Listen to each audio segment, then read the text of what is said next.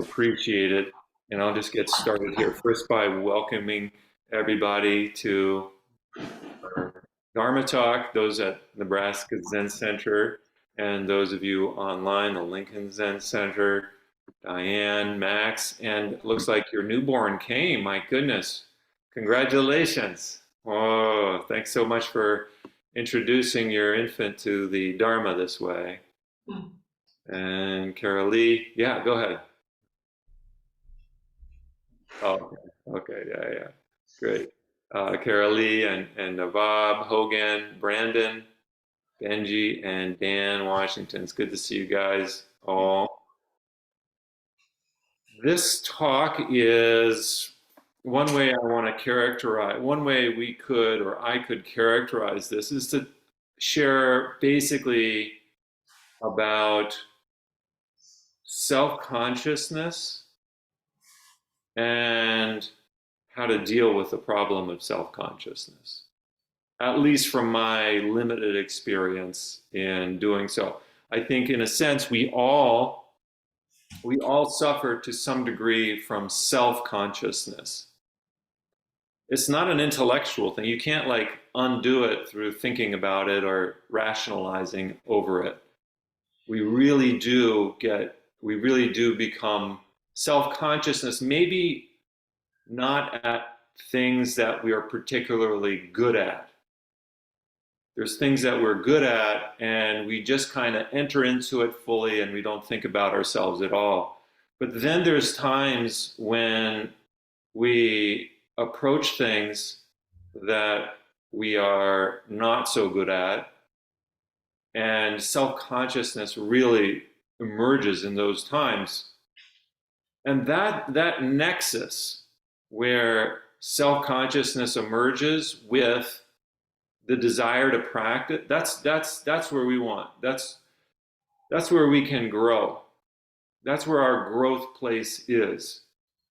If you want to grow in your spiritual practice, then I would suggest to go to the places where you feel self-conscious to a certain degree and stick with that self-conscious feeling and explore it more deeply. Look at it more closely, because my feeling is that is where in other words, another way of saying this is that if we constantly run away from those experiences where we're self-conscious, where we don't know what we're doing, we're not an expert, well, there's no gain there. There's no spiritual gain in a sense. There's no gain in going to places that we're really good at. And I'm not suggesting that we stop going to those places or having those experiences where we're really good at something. I'm not suggesting that we stop doing that at all. I think we can use those experiences, in fact, to help us remember that we don't have to get stuck when we're feeling or experiencing deep self-consciousness. So that's basically what I want to talk about today, is this idea. Let me just repeat it a little bit more. This idea that we feel, all of us at times, feel self-consciousness.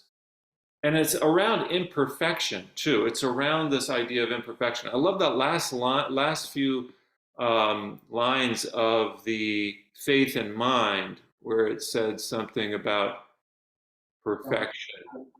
Where was it? Oh, here it is. To live in this realization is to be without anxiety about non-perfection. To live in this realization is to be without anxiety about non-perfection.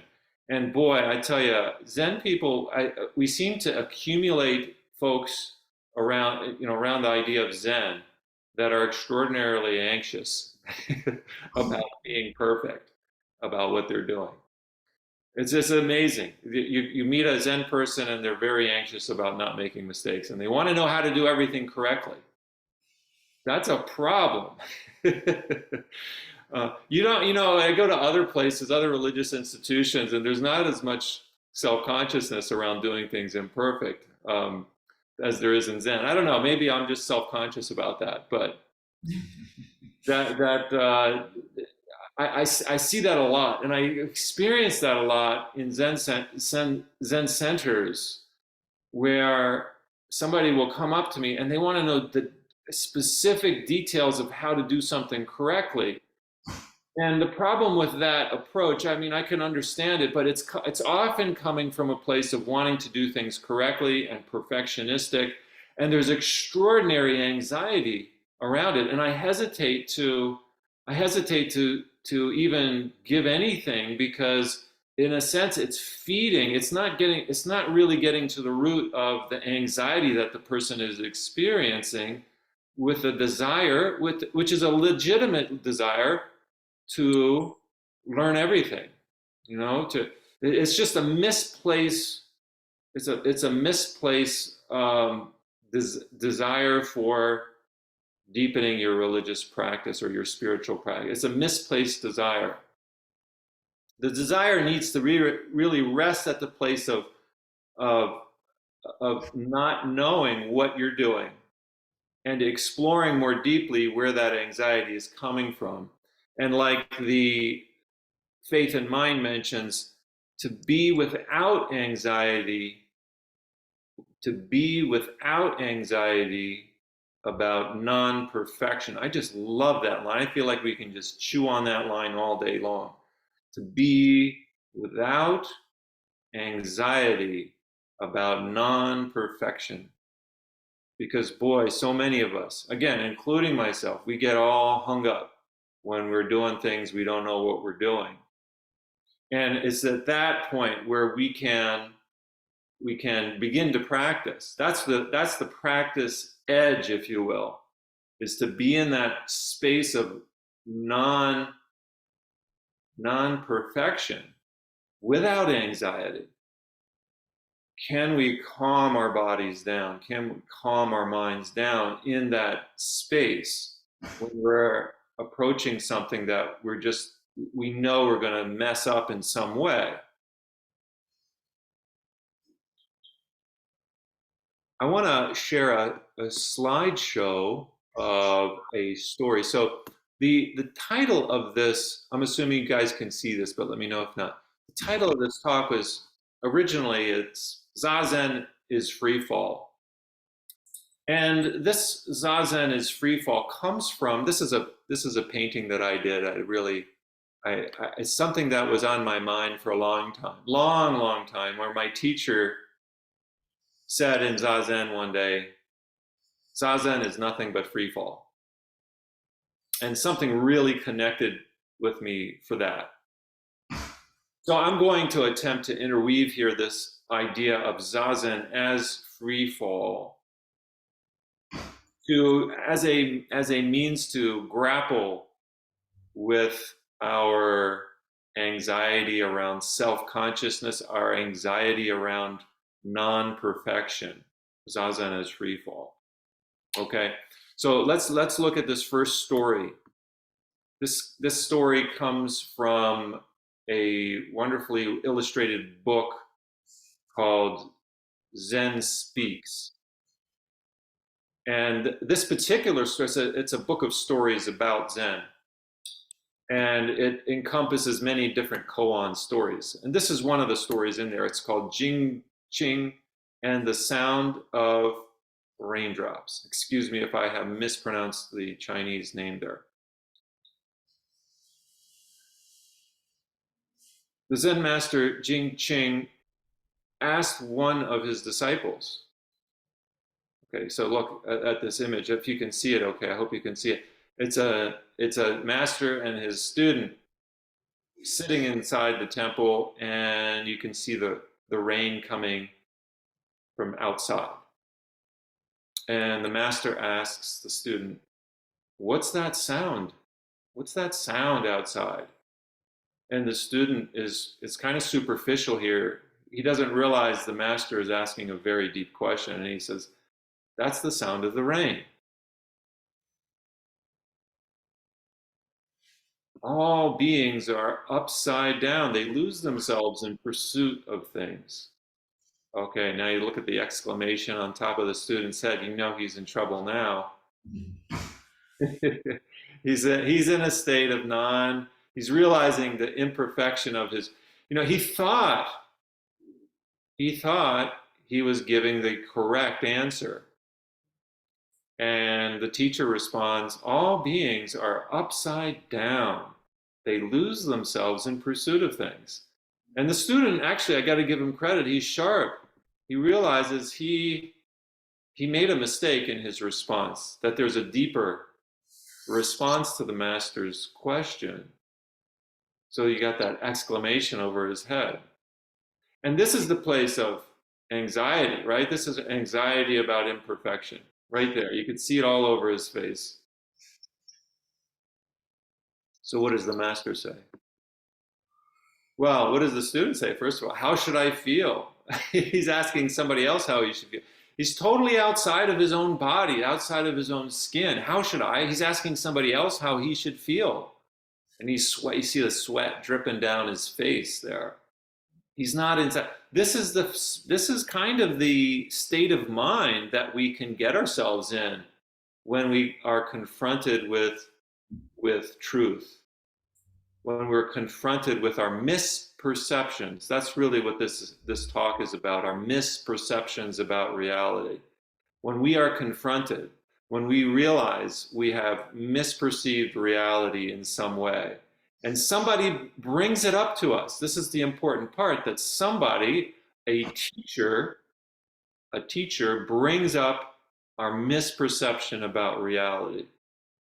Now, when I say teacher, I don't mean just a Zen master. It can be anybody that helps us to shine the light, shine a mirror on how we misperceive reality. So what does the master say? Oh, I love it. I love his response. He says, I am the sound of the rain. Oh, I am the sound of the rain. The master is totally inside of those raindrops. He's not self-conscious at all. He's totally one with his surroundings, and that includes even the sound of the rain.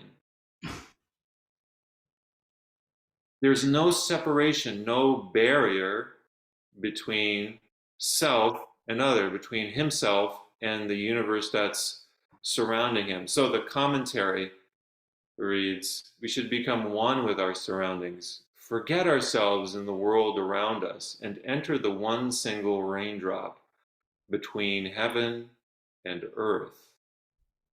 As we do this, two become one, and we understand intuitively and completely. Or, as Dogen would say, realize no barrier between self and other. No barrier. In sesshin, I'm going to put a plug in for doing a sesshin, because in sesshin we can go really, really deep into our practice, into our environment that's all around us. Sesshin just kind of helps us to dissolve those barriers between self and other. It's not by any stretch the only way we can release self-consciousness, but it sure does help us within the context of Zen training. It can help us a lot. The problem, the problem I think we experience, or that we face, is that we don't get inside of what's outside of us. Like the master in that image, he was inside of the outside. And for us, if we're trapped in a prison of self-consciousness, we haven't gone deep enough. Like the student, we haven't gotten deep enough in that moment. We all are a work a work in progress here. But self-consciousness, one way to think about it is that we're caught in a mind that is not able to get outside of itself. And this is the root of prejudice. This is I want to think of this as the root of prejudice. And like I said, we all get tangled in these views. We get a view of, we have a particular view of religion. It's very hard for a lot of people to even enter into any kind of religious institution because they have certain perceptions of what religion is. Whether that's a deeply religious perspective or an atheistic perspective, they have a deeply rooted perspective on what religion is. It's very hard for some people, a lot of people, to enter in any kind of religious institution. And it's a place where a lot of self-consciousness comes up, especially if you're, and you see this also in Zen training, in Zen practice.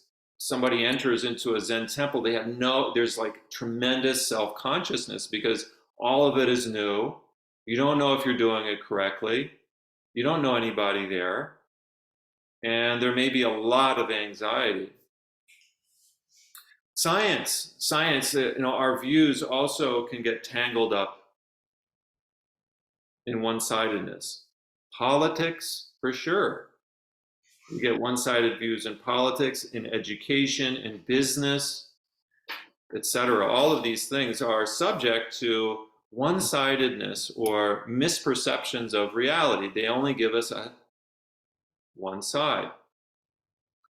I want to share with you some of my own experiences with prejudice that I encountered as a young man. That I woke up. I woke up in a limited sense to something that I didn't realize I had, and that was my own anti-Semitic qualities. I didn't realize that they were present until I got called out on them by a teacher, an unlikely teacher, not a Zen teacher, but my sister-in-law, who's Jewish. I was coming home from college one day. I was at home and I entered the home where my mother was, and she was having a conversation with my to-be sister-in-law. And I started talking with her, and I needed some money for something. I don't know what it was. And I could usually depend on my mother to give me some money to do something. And my mother was resistant at that moment. And I said to her, "Mom," and this is something I deeply regret having said now, and I'm ashamed when I think back on it, but I share it as an example of, I don't get a free ticket out of this. I said to my mother, "Mom," and this was in front of my sister-in-law who's Jewish. I said to her, "Mom, don't be so Jewish." And then my sister-in-law, she was bright red. She looked at me and she scolded me for saying that. And I'm forever grateful that she spoke up in that moment. She could have just shied away and I would have had no idea why. But she spoke up, and then it forced me to reflect on what I had just said. And I didn't get it right away, immediately, but I felt like I had done something really wrong. I mention this also because, just as an aside, anti-Semitism runs really, really deeply in our culture and throughout the world. You see examples of it if you look, and this isn't the place to go into it very deeply, but Europe, United States, we have a history of anti-Semitism that goes back way before the Second World War.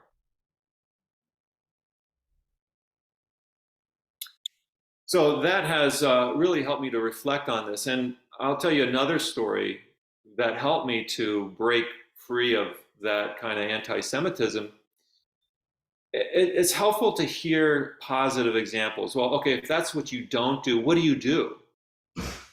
What do you do? I had a professor that I really deeply admired in college.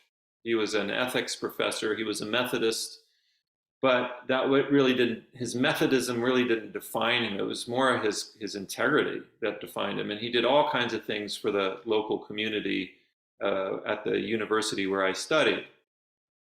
And I would meet him when I was in training with my teacher. It wasn't very far from the monastery, from the school. The temple where I trained at wasn't very, it was about a 30-minute drive. And occasionally I would go and visit with him.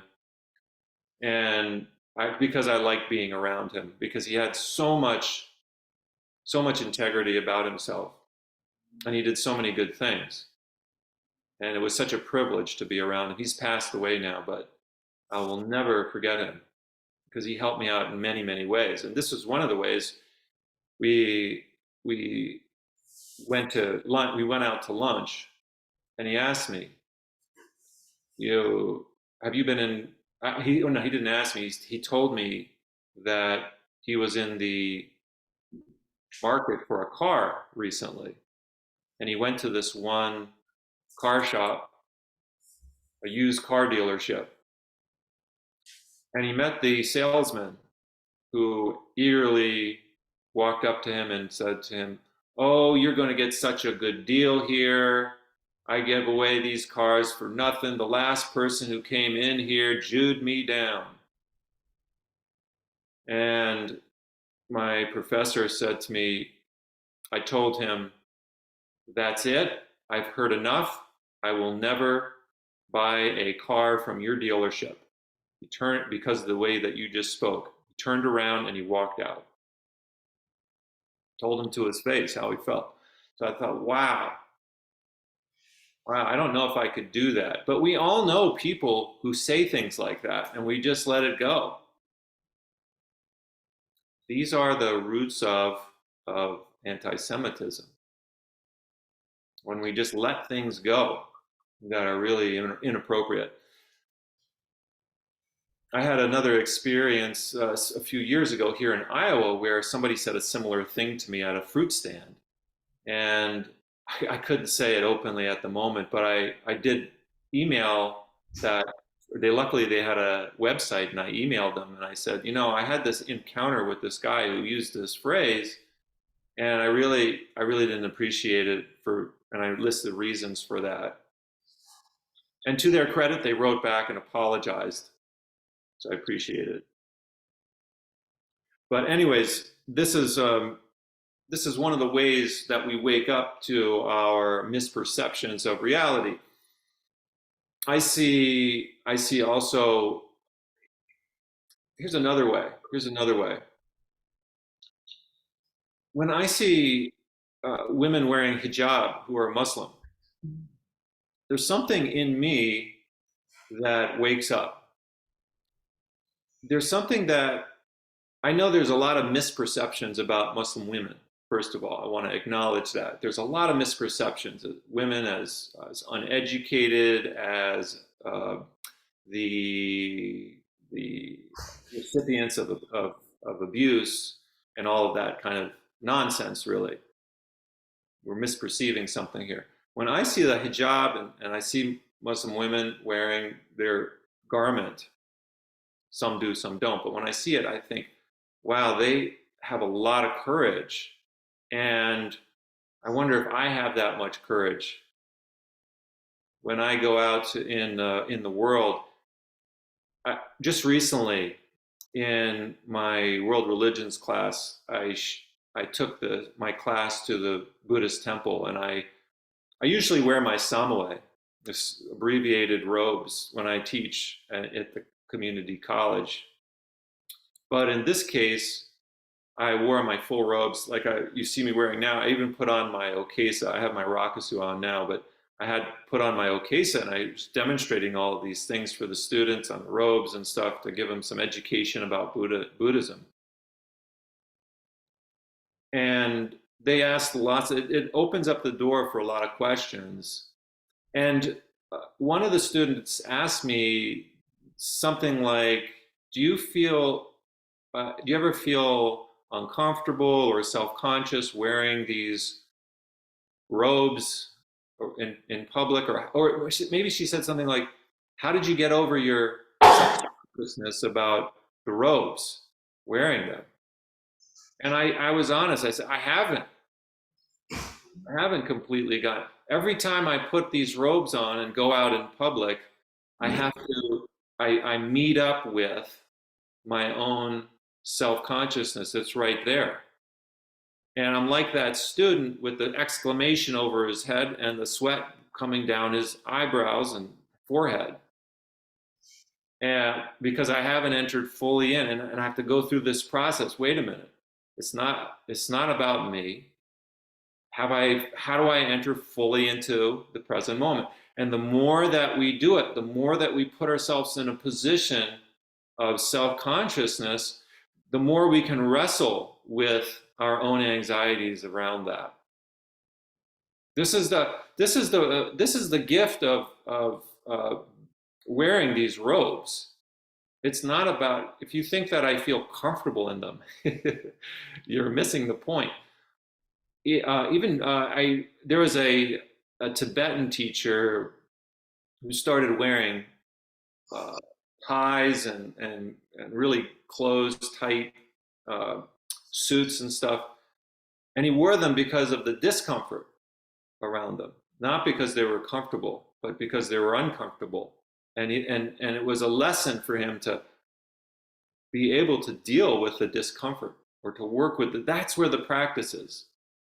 And again, that's another reason to do a longer kind of meditation practice. Like 20 minutes is great, 30 minutes is great, but if you feel like you can do more, you want to try a little bit more, put ourselves into the place of discomfort.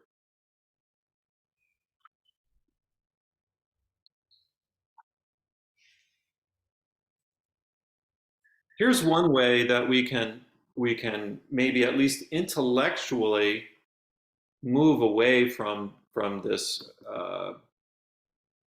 self-consciousness, or at least a beginning.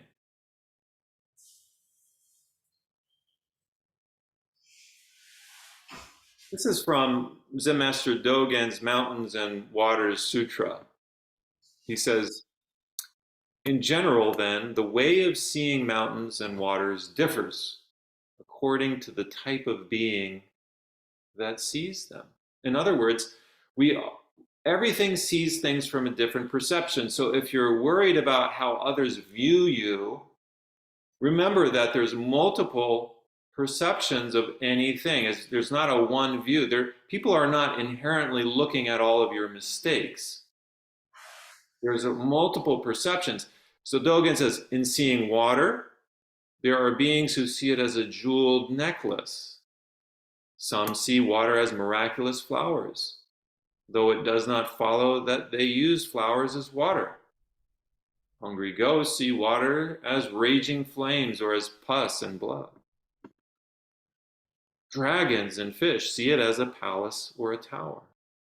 Others see it as woods and walls, or as the Dharma nature of immaculate liberation, or as the true human body, or as the physical form and mental nature. Now, some people see water as drinkable. Others see it as swimmable. Others see water as electric power. There's multiple views for seeing anything.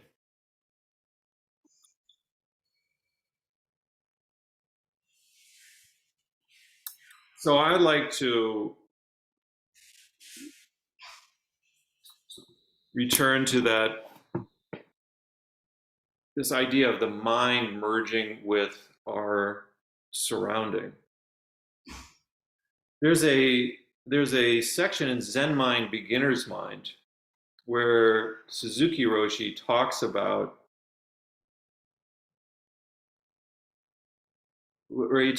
becoming one with surroundings. He says, when you become you, Zen becomes Zen.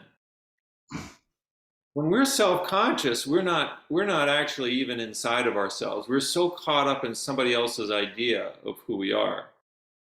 When you become you, Zen becomes Zen. There's nothing wrong with you as you are. There's absolutely nothing wrong with you as you are.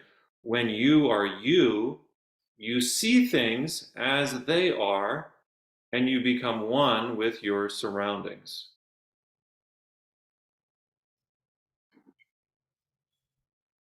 My teacher said, Zazen is nothing but free fall. That really woke me up in that particular moment. What does it mean? Zazen is nothing but free fall.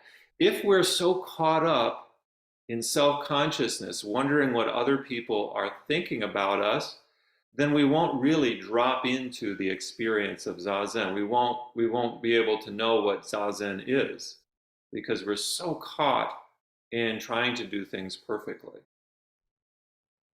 So Zazen as free fall is to turn that attention around, turn the light and shine it inward. Body and mind of themselves will drop off and your original face will manifest. I'd like to close with a poem here and then open for questions here. Falling, failing, mind on fire, doubt, doubt, doubt, entering fully, no barrier between self and other. Thank you. Daishin. Does anyone have any questions or comments? Feel free. If you feel self-conscious about asking something, it's a good opportunity to practice. Good morning, Daishin. Thank you so much. Hey, Benji, good to see you. I totally agree, man. I do that when I'm G show. I'm like, what do I do? I'm like, what am I supposed to do to be perfect? And I'm sweating. I want to know it all. I just want a PDF file to print out and carry around with me with the instructions on how to do it. But it's absolutely wonderful talk. Thank you so much for sharing Good, that talk. thank you. Awesome. Yeah, you recognize that. Awesome, awesome. Totally. Hi, Daishin. Yeah, So another aspect I think of that is, no one used to explain it, that you're coming up against your ego.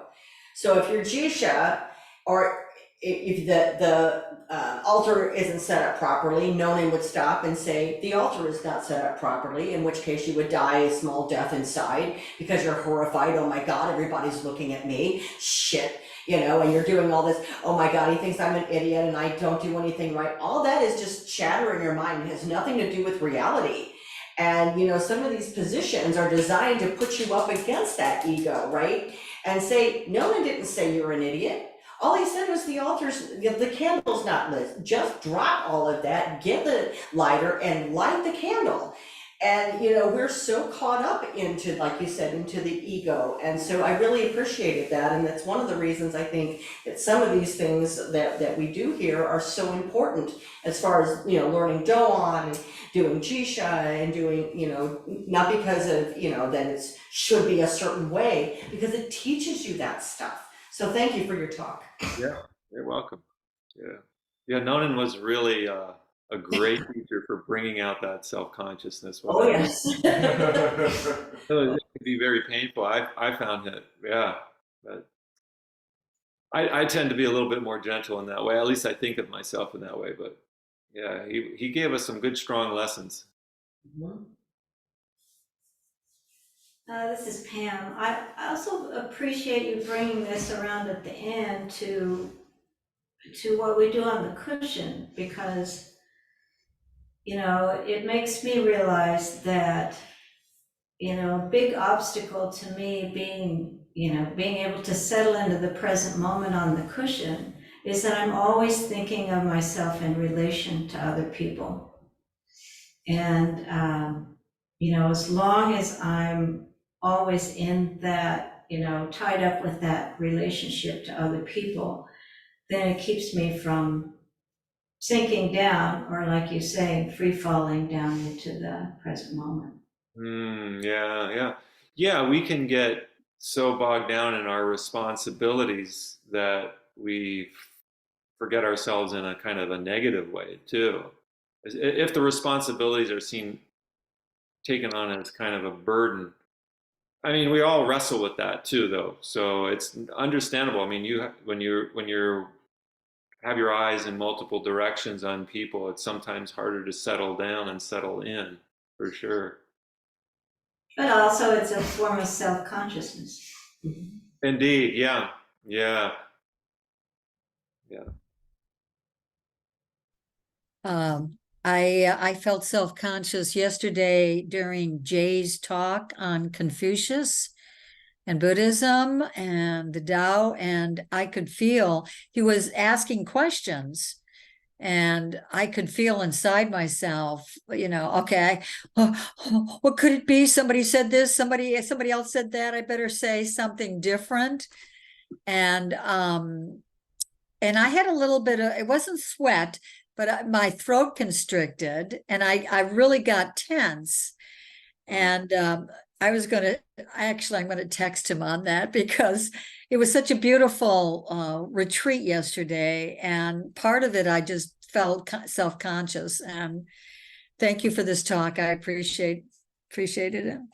Right, yeah, that's where our practice is. It's not the external stuff. It's not getting it right with the words or the actions. Those are just markers. They're mirrors, and the practice is where we feel, oh, okay, here's my self-consciousness. Let me work. This is where I can work to improve.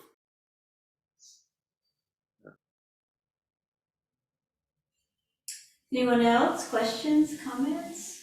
I appreciate, Sean. It almost felt like you were able to see into parts of my mind from the from the first part of the Zazen, of just that self-doubt, even here, in my own, like, in my own little private corner, of still feeling those, even, like, it's a really good and important look, in the context afterwards helps, put it into contextualize of part of the practice, and not just the negativity, as it, at least for me, usually jumps up and starts grasping at.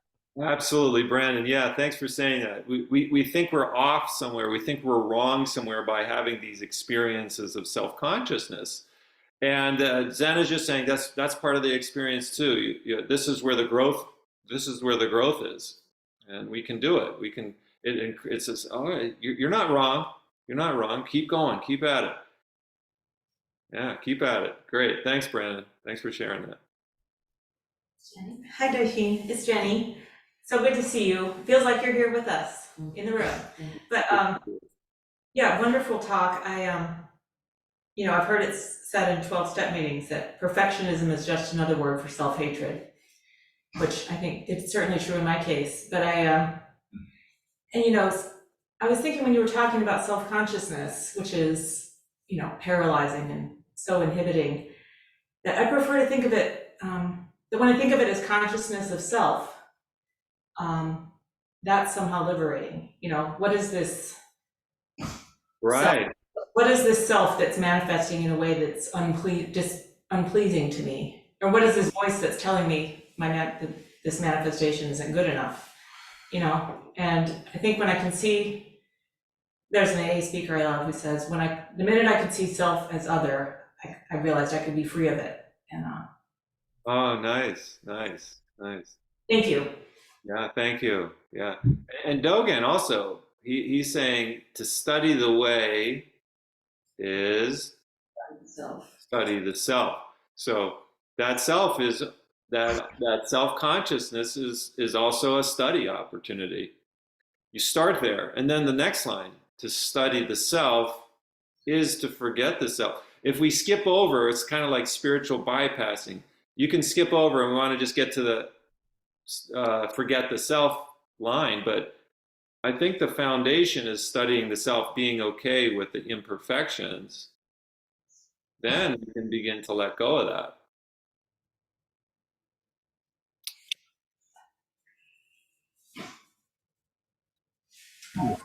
Daishin, thank you for your talk.